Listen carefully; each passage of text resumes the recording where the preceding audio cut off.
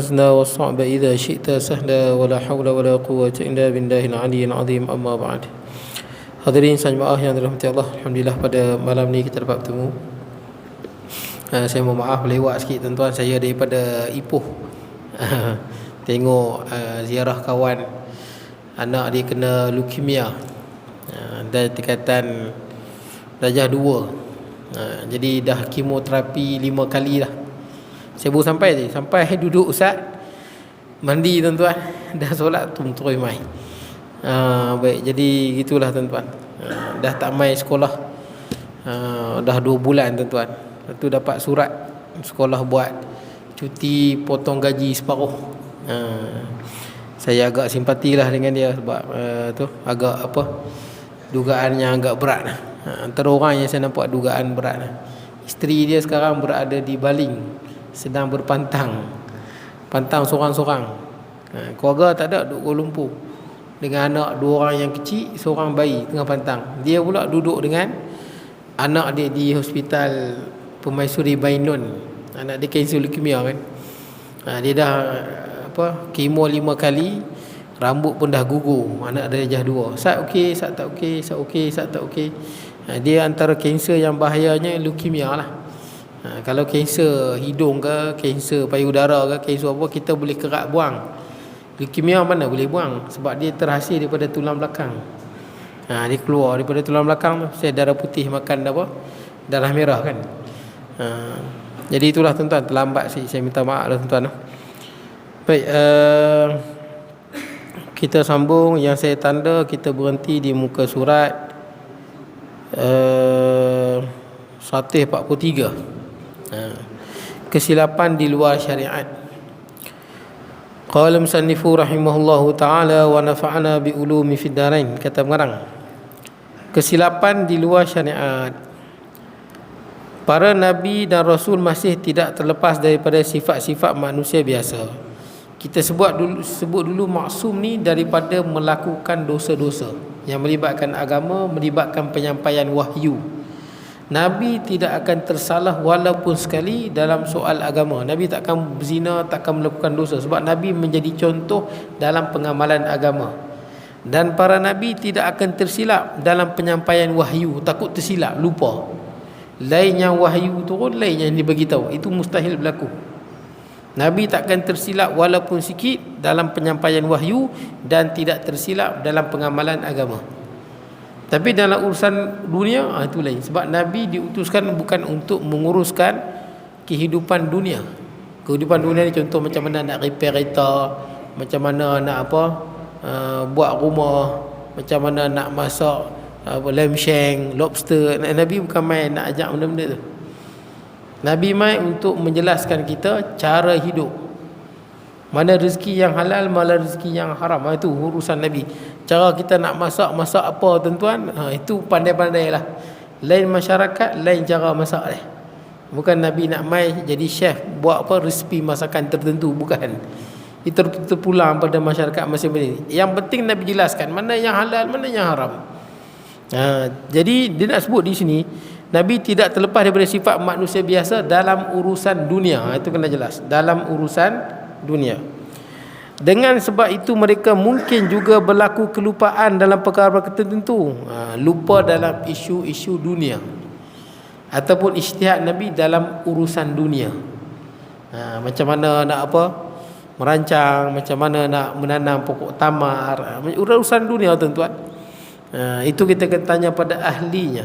Dan saya pernah sebut kat tuan-tuan tentang berubat kan. Nabi suruh para sahabat Nabi merujuk kepada Al-Haris bin Qaladah. Al-Haris bin Qaladah, kata Ibn Hajar Al-Asqalani, Al-Haris bin Qaladah ni adalah seorang doktor Arab yang paling terkenal. Dia hidup zaman Nabi SAW, tapi sampai hari ni nama dia terkenal sampai hari ni. Dan tulisan-tulisan dia berkenaan dengan perubatan sampai hari ni masih lagi relevan. Al-Haris bin Qaladah. Dan Nabi suruh sahabat Nabi kalau sakit rujuk dia. Dia bukan Islam, tapi dia ada kepakaran. Kita mudah fikir lah tuan-tuan, kalau kita kereta rosak, kita pergi cari bengkel yang paling pandai buat.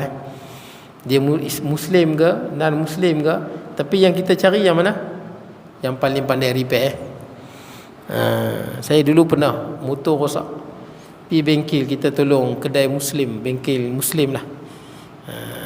Pergi bengkel dia, lagi hantar, lagi rosak lagi tuan-tuan. Bukan masalah salah dia tu, masalah dia tak pandai buat. Ada je bengkel Muslim yang pandai, ramai ya. Tapi yang saya hantar tu dia tak pandai buat. Jadi bila hantar, daripada boleh rosak sikit, lagi teruk rosak. Jadi mau tak mau, situ ada kedai yang non-Muslim, yang bukan Islam, kita hantar kedai dia, okey, boleh pula. Yang penting adalah kepakaran tuan-tuan. Dalam apa-apa benda pun, kita mesti rujuk pada yang pakar. Dan ini disebutkan dalam Al-Quran, fas'alu ahla dzikri in kuntum la ta'lamun, tanya pada orang yang tahu kalau kita tak tahu.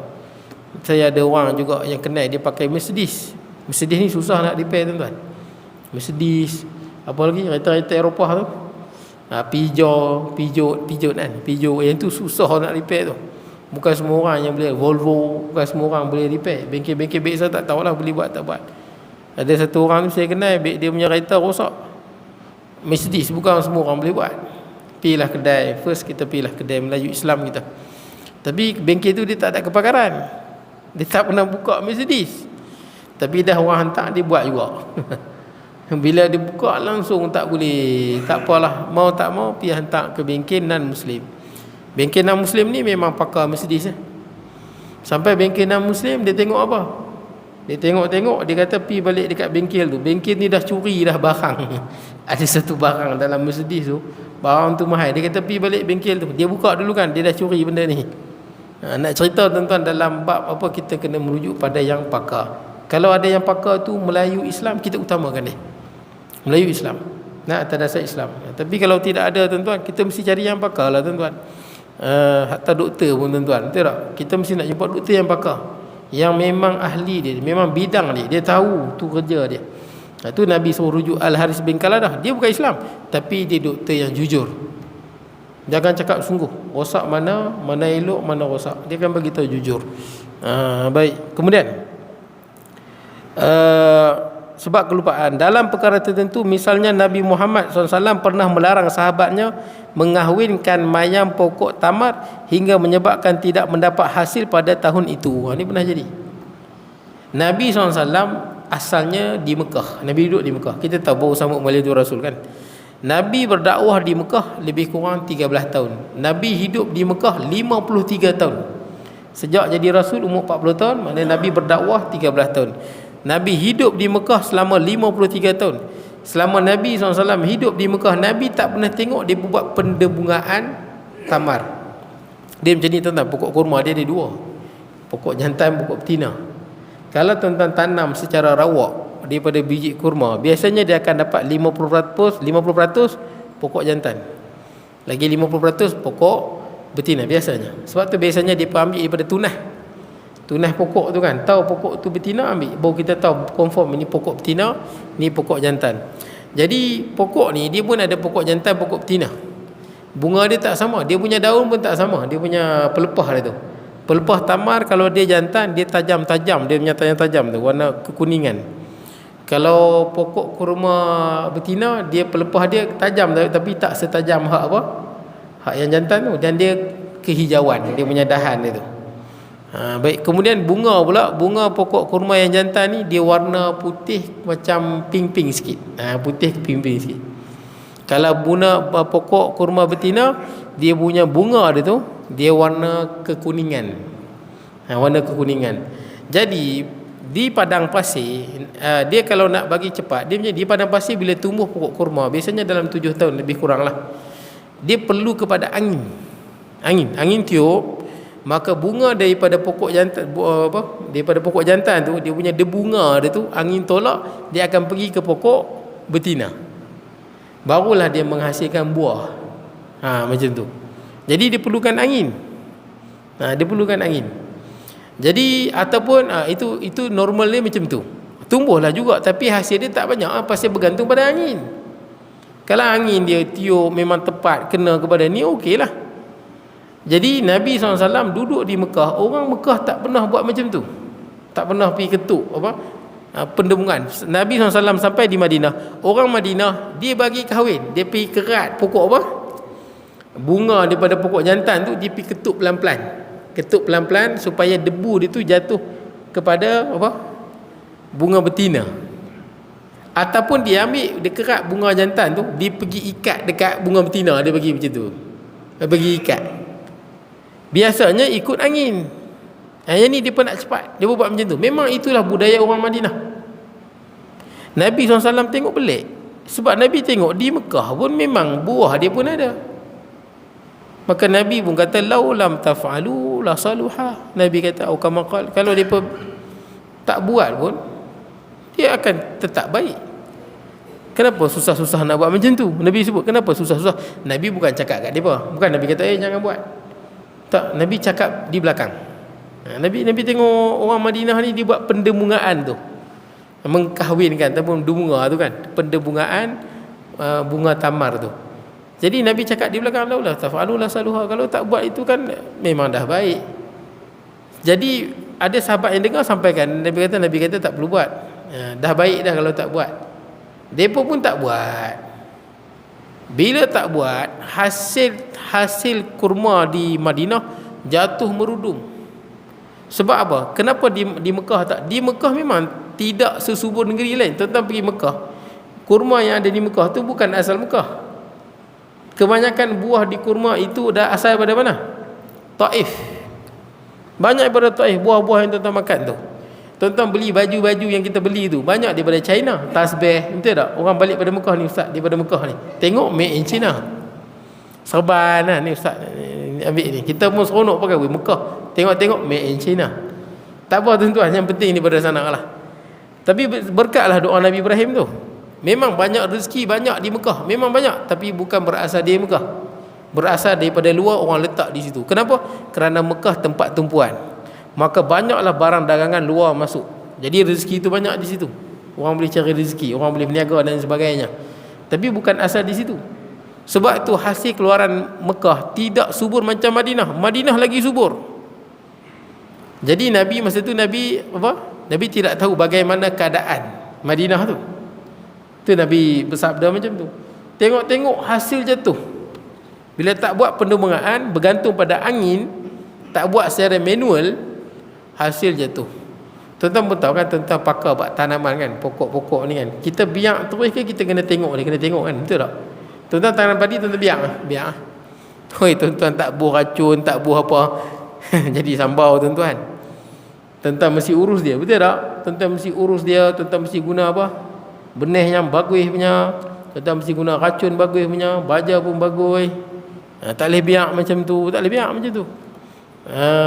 Sama juga kita nak tanam. Lah ni orang tengok orang tanam pokok sawit, tanam pokok pisang. Saya tak tahu lah ni, bila tanya, rupanya sawit tu lagi cepat. Katanya lah, saya pun tak tahu. Ada yang kata kat saya pula, ustaz, kalau tanam pokok ni bawah tu kena bubuh apa? Buah apa-apa. Kalau sebab tu tuan tengok lah ni, kalau di Batu Purau dia tanam apa? Sawit, dia tanam pisang kan. Katanya dia tolong supaya lagi cepat sawit itu apa? Cepat dia membiak lah tuan-tuan. Dia akan selang sawit pisang. Tengok dia lepung semua, ada Cina buat macam tu tuan-tuan. Di Batu Purau lama lah. Sama juga ada orang ajak saya, kalau tanam pokok apa-apa nak bagi cepat tumbuh, jangan tanam terus. Bila tanam tu, sebelum tanam tu bubuhlah papan ke apa bawah dia tu. Dia macam ni. Buah kak, sebelum bubuh pokok tu kita kena korek dalam sikit. Bubuh apa? Bubuhlah kayu ke plastik ke, supaya apa? Baru kita tanam pokok. Ni dia ajak saya. Nanti bila pokok tu besar, akak tu menjalar ke bawah. Dia sampai kat plastik tu ataupun kayu kita bubuh tu, dia tak boleh tumbuh. Dia akan buat apa? Dia akan ke tepi. Betul tak? Dia akan ke tepi, lepas tu baru masuk ke dalam. Bila buat macam tu, dia punya banai, dia punya bawah pokok kan, dia akan jadi lagi besar. Dan lagi cepat dia tumbuh. Dan dia kata buat memang jadi sungguh. Dia bagi saya pokok apa? Durian Belanda apa? Durian Belanda ke apa kah? Durian Belanda kan? Kenapa nama Belanda tu? Durian Belanda tu. Jadi saya nampak betul. Bila buat tu sungguh dia lagi cepat. Tu maksud dia, tanaman-tanaman ni pun kita kena guna ilmu tuan-tuan. Allah Ta'ala berikan kita akal.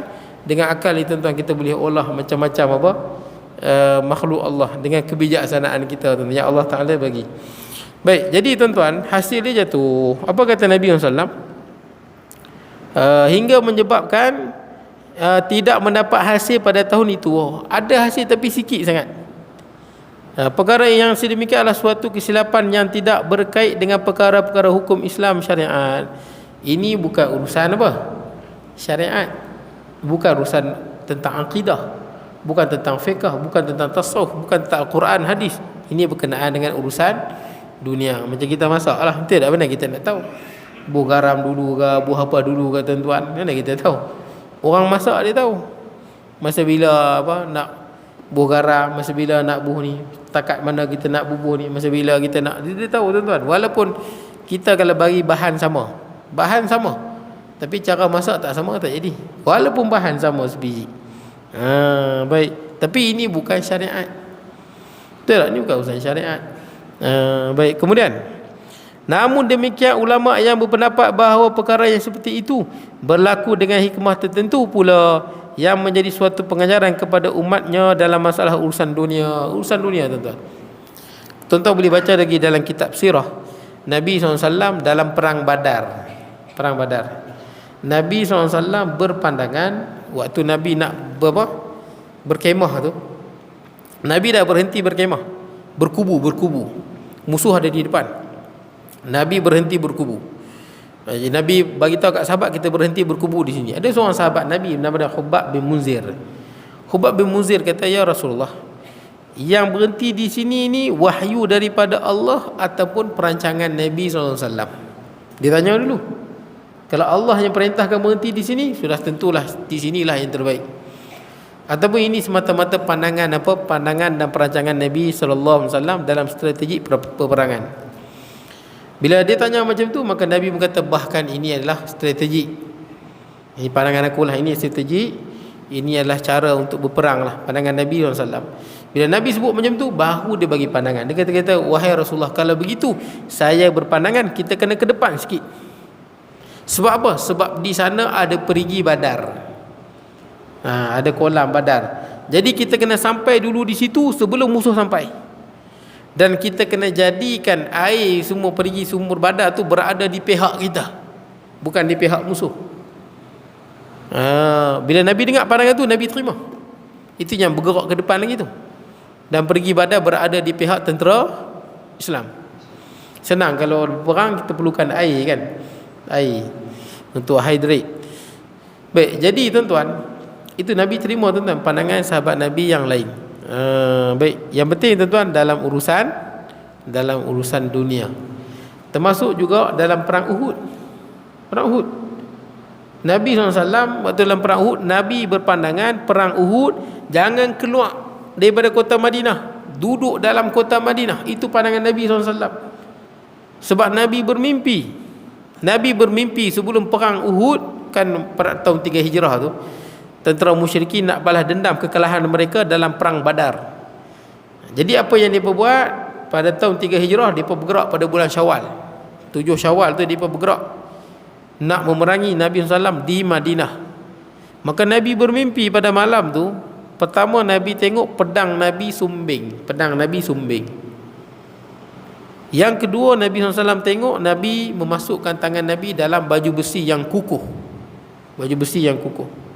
Maka Nabi tafsirkan. Sebab tu tuan-tuan, mimpi ni dia ada, kebanyakan mimpi dia adalah simbolik lah. Dia ada makna di sebalik apa yang kita tengok. Sebab tu tak semua orang boleh tafsir mimpi. Sebab mimpi kebanyakannya simbolik. Macam ada orang kata kalau mimpi patah gigi, ada keluarga terdekat nak mati, betul tak? Ada. Kalau mimpi jumpa binatang buas, boleh jadi ada musuh dalam selimut. Panjanglah tuan-tuan. Sebab mimpi ni disimbolik, dan orang yang ada ilmu saja boleh tafsir. Maka Nabi tahu bila dia tengok dalam mimpi pedang Nabi sumbing, Nabi faham ada di kalangan ahli keluarga Nabi yang syahid. Siapa dia yang syahid? Hamzah. Kemudian Nabi berpandangan tangan Nabi masuk ke dalam baju besi. Makna dia apa? Baju besi itu adalah Madinah. Kalau Nabi dengan para sahabat Nabi bertahan di dalam Madinah, boleh menang. Itu Nabi tafsir mimpi Nabi. Maka Nabi berpandangan kepada para sahabat, kita bertahan dalam kota Madinah sudah. Tapi ada sahabat Nabi yang bagi pandangan yang lain. Antara pandangan sahabat Nabi yang sangat yang berharap supaya bertemu musuh di luar adalah pak saudara Nabi sendiri yang syahid nanti. iaitu Hamzah bin Abdul Muttalib. Sebab apa Hamzah tak mau bertahan dalam Madinah? Sebab Hamzah ni pahlawan. Kalau kita duduk dalam Madinah, dari segi moral dia seolah-olah tentera Islam ni penakut, menjadikan wanita dan kanak-kanak sebagai benteng. Ini mencalal aib umat Islam. Jadi Hamzah sangat bertegas. Dia kata, wahai Rasulullah, kita keluar, biar kita berhadapan musuh di luar, sehingga mereka tidak mengatakan kita ni penakut. Ada lagi sahabat Nabi yang lain yang berpandangan, wahai Rasulullah, kami tak berperang dulu masa perang Badar. Inilah saat untuk kami membela Islam. Ketika inilah tuan-tuan Nabi menerima pandangan sahabat. Nabi terima pandangan, tak apa. Nabi terima pandangan sahabat. Itu yang Nabi keluar. Bila Nabi SAW dah pakai baju besi apa semua, ketika ini sahabat Nabi bincang balik, rasa bersalah. Macam Sa'ad bin Mu'az, ada sahabat Nabi yang rasa macam bersalah. Kata tak sepatutnya lah kita memberi pandangan yang lain seperti mana pandangan Nabi. Jadi sahabat Nabi ramai-ramai kumpul di depan rumah Nabi nak menyatakan apa, penyesalan lah, nak minta maaf. Sebab Nabi bagi pandangan, sahabat bagi pandangan yang lain. Tapi Nabi ikut pandangan majoriti. Nabi tengok majoriti kata nak keluar, maka Nabi keluar. Cumanya sahabat Nabi rasa bersalah. Sebab seolah-olah rasa macam adakah kita telah memaksa Nabi sallallahu alaihi wasallam ni beradabnya sahabat Nabi. Maka sebelum Nabi keluar pada rumah, dia ramai-ramai tunggu. Bila Nabi keluar, Nabi dah pakai baju besi, lengkap baju besi. Maka para sahabat Nabi berkata, wahai Rasulullah, kami tidak bermaksud untuk memaksa kamu, buatlah keputusan seperti mana yang kau mahu. Apa kata Nabi? Tidak selayaknya bagi Nabi ketika mana telah memakai baju besi meletakkan semula, sehinggalah Allah memutuskan apa, keputusan antara dia dengan musuhnya. Maknanya dia keputusan dah buat, kita dah bincang, betul tak? Dah bincang, dah syurah, dah buat akan berlawan di luar. Itu keputusan dia. Adakah keputusan itu salah? Keputusan itu betul, tuan-tuan. Sebab tentera Islam sepatutnya menang, betul tak? Tentera Islam sepatutnya memang menang pun dalam perang Uhud. Tapi macam mana boleh kalah, tuan-tuan?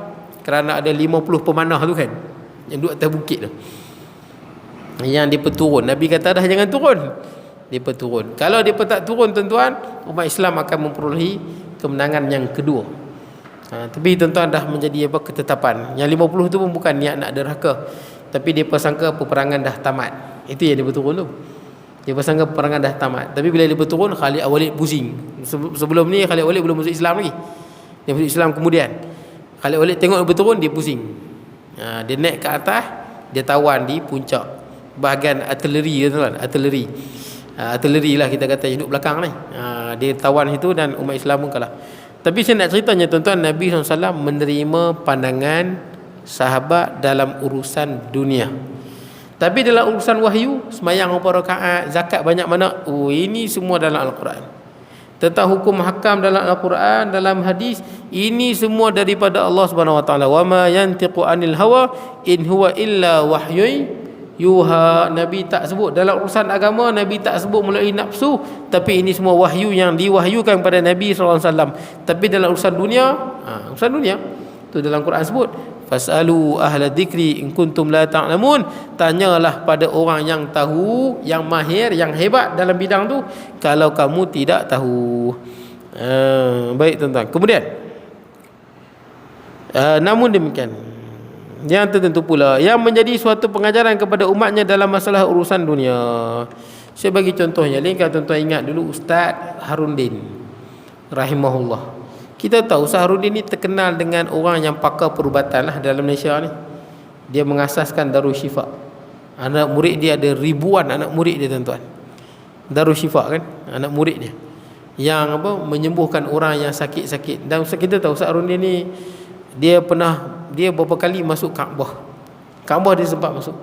Antaranya sebab ada keluarga di Raja Saudi tu yang macam kena gangguan lah. Ustaz Harundin rawat dan sembuh.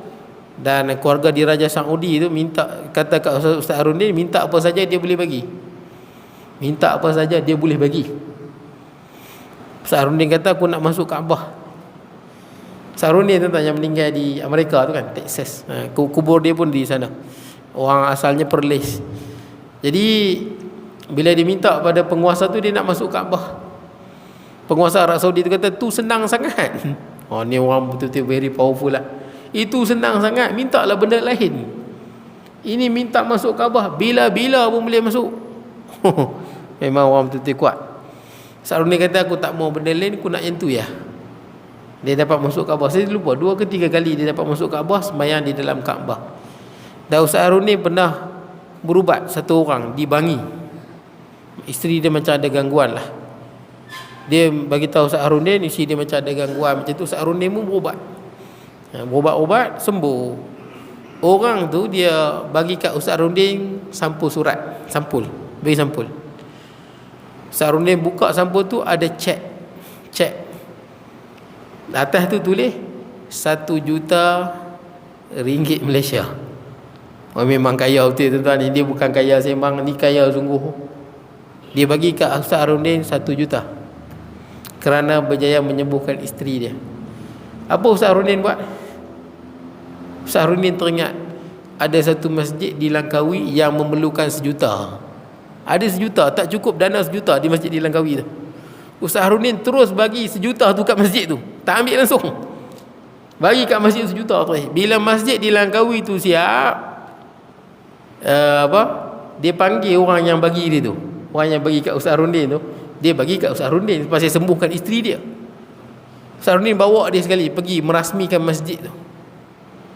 Masa Ustaz Harudin berucap, Ustaz Harudin kata apa? Tuan-tuan kena berterima kasih kepada dia yang menyumbang. Padahal dia bagi kat Ustaz Harudin.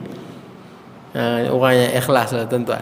Tapi cerita ni bila kita tahu setelah meninggalnya Ustaz Harudin, baru tahu. Anak murid dia cerita, baru tahu. Tidak, dia tak bagi cerita. Dia dah meninggal, baru anak murid dia rapat cerita. Tak apalah tuan-tuan. Ustaz Harudin kita tahu orang yang hebat dalam perubatan Islam. Tapi bila dia sakit jantung tuan-tuan, sampai ke Amerika berubat.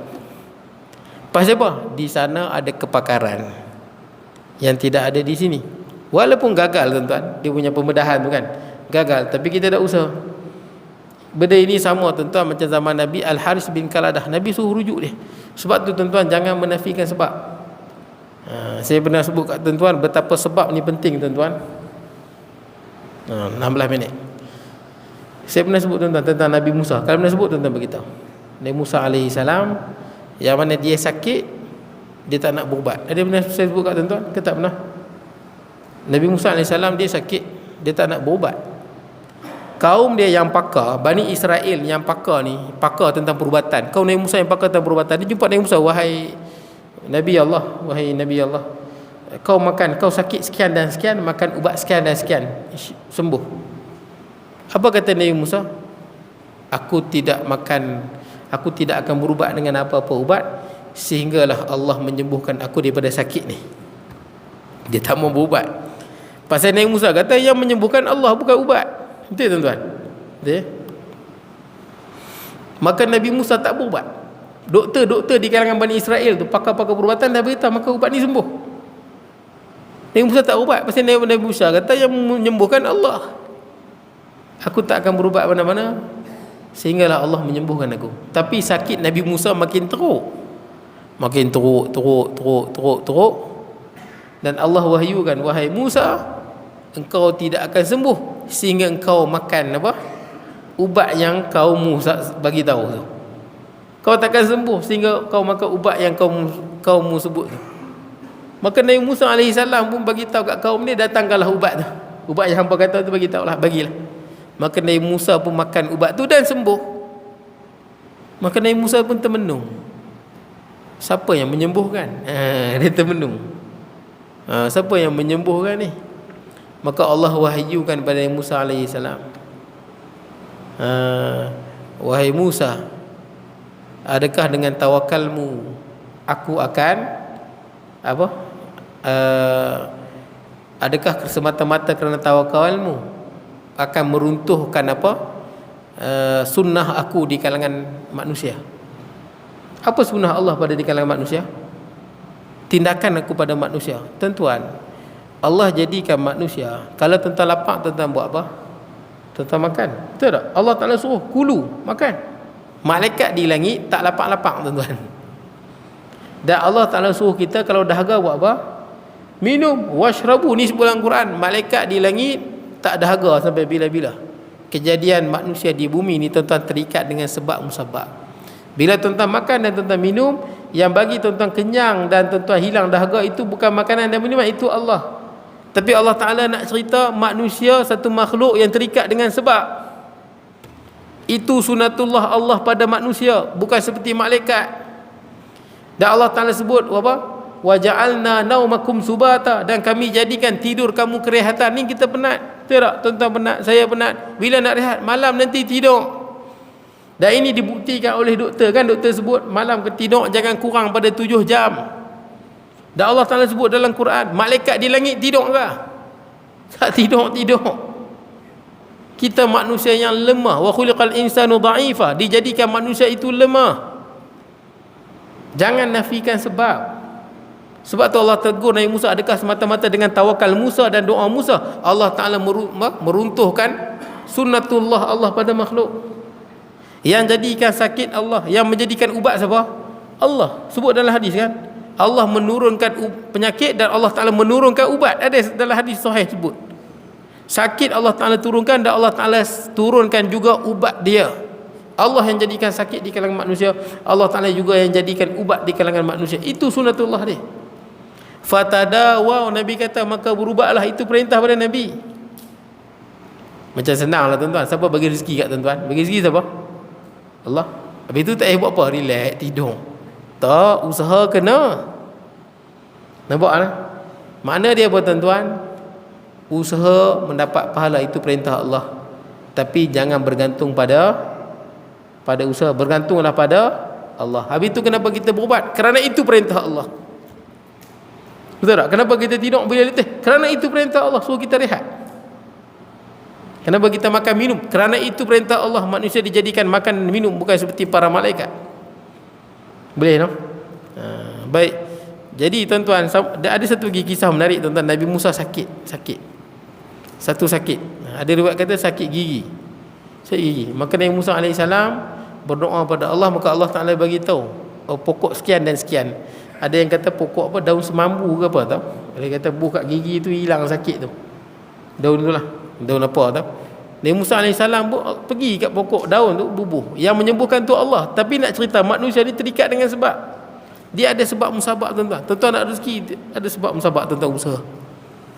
Walaupun Allah Ta'ala boleh turunkan rezeki pada tuan-tuan terus, tapi kerana apa? Dengan tuan-tuan mengikut sebab, tuan-tuan taat pada Allah dan mendapat pahala. Ingat tu. Maka ubat dapat pahala, makan dapat ubat, minum dapat pahala, tidur dapat pahala. Bila kita buat kerana taat pada perintah Allah. Jadi tuan-tuan, tak apalah. Bila Musa bubuh daun tu sembuh, hilang sakit. Kemudian Nabi Musa AS sakit balik. Kali ni Nabi Musa tak minta pada Allah, terus pergi kat pokok tu. Pokok ni Nabi Musa terus pergi buh. Kali ni tak sembuh. Maka Nabi Musa berdoa pada Allah, kenapa tak sembuh? Wahai Musa, kali pertama kau berdoa pada aku. Yang menyembuhkan Allah, pokok tu isyarat je sebenarnya, usaha. Nampak tuan-tuan? Pokok, sebab tu tuan-tuan makan apa pun yang menyembuhkan Allah.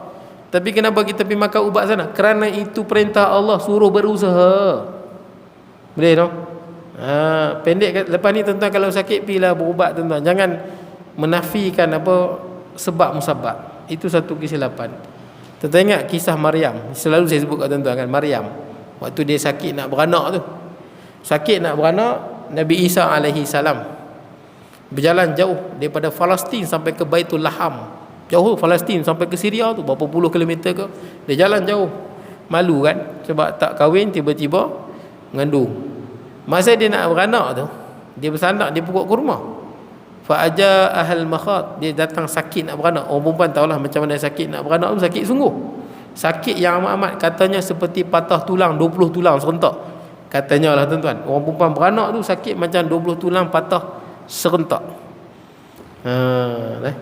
Baik, jadi tuan-tuan, bini saya baru dapat anak nombor 6. Bila dia dengar ada orang masuk buat apa, lahir akan anak, dia teringat masa dia bersalin tu, dia rasa apa, ngeri. Dia rasa ngeri, rasa seriah orang masuk dalam labor room tu. Takut tu. Pasal apa, bukan senang nak masuk, sakit dia tu tuan-tuan, nak keluar tu macam mana sakit dia. Jadi tuan-tuan, macam tu dah sakit Maryam, nak bersalin ni. Apatah lagi anak pertama sakit. Jadi nak salin ni tengah sakit, dah sakit lapak. Iyalah jalan jauh Palestin sampai ke Baitul Laham. Lapak tuan-tuan, lapak lemah. Maka Allah perintahkan pada Maryam, wa huzzi ilaiki bi jid'in nakhlati tusaqit alayki rutaban janiyah. dan goncangkanlah dengan tangan kamu pokok kurma itu, pasti akan jatuh rutab kurma yang segar. Tuan-tuan, boleh tak Allah Ta'ala turunkan buah kurma tanpa digoncang? Wah, boleh sangat. Boleh tak Allah Ta'ala jadikan Maryam tu kenyang tanpa makan? Boleh, para malaikat kenyang. Boleh tak Allah Ta'ala tumbuhkan buah keluar pada tanah? Boleh. Tapi kenapa Allah perintahkan kepada Maryam begitu? Manusia ni terikat dengan sebab. Jangan remehkan sebab. Goncang juga dengan tangan yang tak larat tu, goncang sebagai isyarat je tuan-tuan. Kalau saya suruh tuan-tuan semua pergi goncang pokok sawit ramai-ramai, jatuh tak satu buah sawit? Tak jatuh. Tak jatuh tuan-tuan. Ini dengan tangan orang perempuan yang lemah, isyarat dia sentuh, kurma jatuh. Nak bagi tahu apa? Manusia usahalah. Dia takkan jadi macam cerita Piramli apa nama?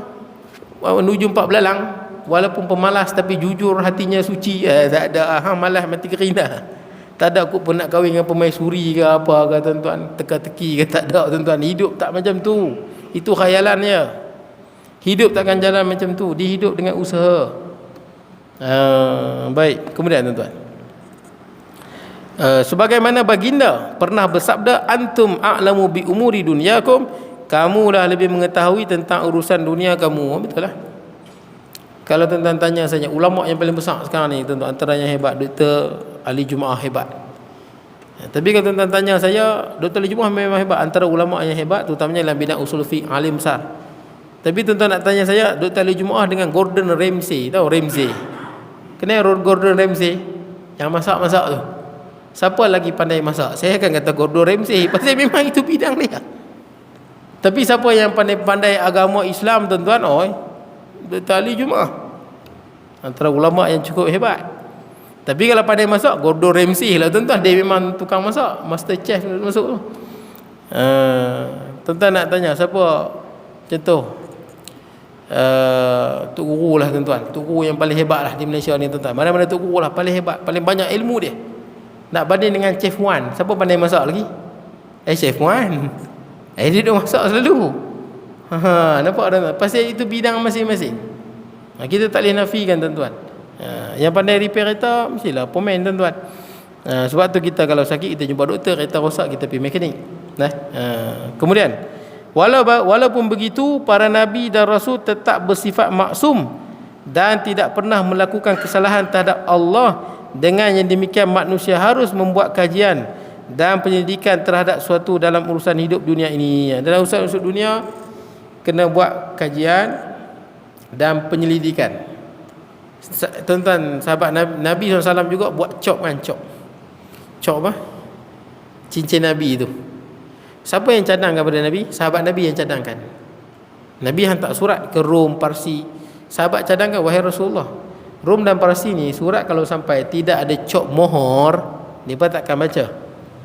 Itu standard zaman dahulu. Tengok surat tak ada cop mohor, mereka takkan baca. Itu surat yang tak standard. Maka Nabi SAW pun terima cadangan tu. Nabi buat cincin Nabi kan, sebagai cop mohor. Bila surat ada Muhammad Rasulullah kan, Muhammad Rasulullah, baik, sebagai cop, barulah Rom dan Parsi baca, ini surat daripada siapa, dia ada cop. Itu standard sekarang tuan-tuan.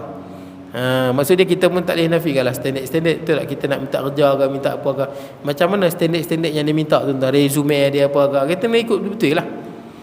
Ni kita buat lebih kurang ni tuan-tuan, mana orang nak terima. Baik, kemudian dan melakukan suatu yang baik mengikut jalan yang diredai oleh Allah Subhanahu Wa Taala. Perlu pada kajian, perlu pada apa tuan-tuan? Mesti ada tuan-tuan dalam urusan dunia. Habis tuan-tuan. Tapi dalam urusan agama itu adalah termasuk dalam kerja Nabi SAW. Baik, kemudian 146 bab baru tuan-tuan. Bab 18, beberapa ayat dan hadis yang mutasyabihat. Ini isu yang sangat berat. Mutasyabihat ni maksud dia yang kesamaran. Orang baca jadi samar-samar makna dia. Dan menjadi perbahasan yang bagi saya sangat panjang lah tuan-tuan, yang takkan habislah. Banyak ayat-ayat dia tuan-tuan, macam yadullah fawqa aydihim, tangan Allah di atas tangan mereka. Nak sebut tangan ke nak sebut kuasa, ataupun kita sebut yad Allah di atas yad mereka. Khilaf di kalangan para ulama macam mana nak jelaskan benda tu. Dipanggil ayat mutasyabihat. Ayat yang samar-samar, ayat yang samar-samar. Wa yabqa wajhu rabbika dzul jalali wal ikram, dan kekallah wajah Allah yang memiliki kemuliaan dan kebesaran. Nak sebut wajah tak? Nak sebut wajah kita tahu mustahil, kerana Allah Ta'ala bukan berjuzuk-juzuk. Bukan berjuzuk-juzuk tuan-tuan. Macam kita berjuzuk, ada muka, tangan, kaki. Allah bukan berjuzuk. Ini disebut oleh ulama salaf kan sebut aqidah tahawiyah. Dalam aqidah tahawiyah Abu Ja'far At-Tahawi dia sebut ta'ala anil a'dha' wal arkan. Maha suci Allah daripada anggota dan juzuk-juzuk wal ajza'. Allah Ta'ala bukan begitu. Tapi nak terjemah macam mana? Ni ayat ni perbahasan panjang. Dan ini disebut dalam Quran, memang ada. Dalam surah Ali Imran Allah Ta'ala sebutkan minhum min muhkamatu wa ukharu mutasyabihat. Ada yang muhkamat, ada yang mutasyabihat. Fa ammal ladina fi qulubihim zayghun fayattabi'una ma tashabaha minhu ibtigha' al-fitnati wa ibtigha' ta'wilih.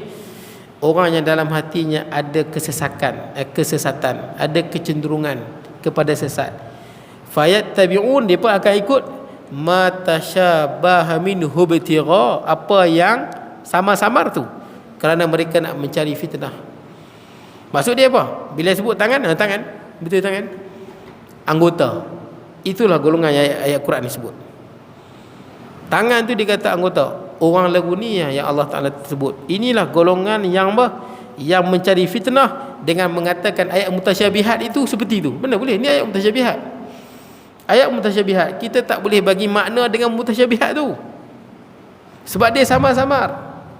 Nabi sebut dalam Sahih Bukhari, siapa golongan yang disebut dalam ni, dalam hati dia ada kesesatan yang mana diikut kesamaran tu. Golongan tu, bila Al-Quran kata Allah, tangan Allah di atas tangan-tangan mereka, dia pun kata apa?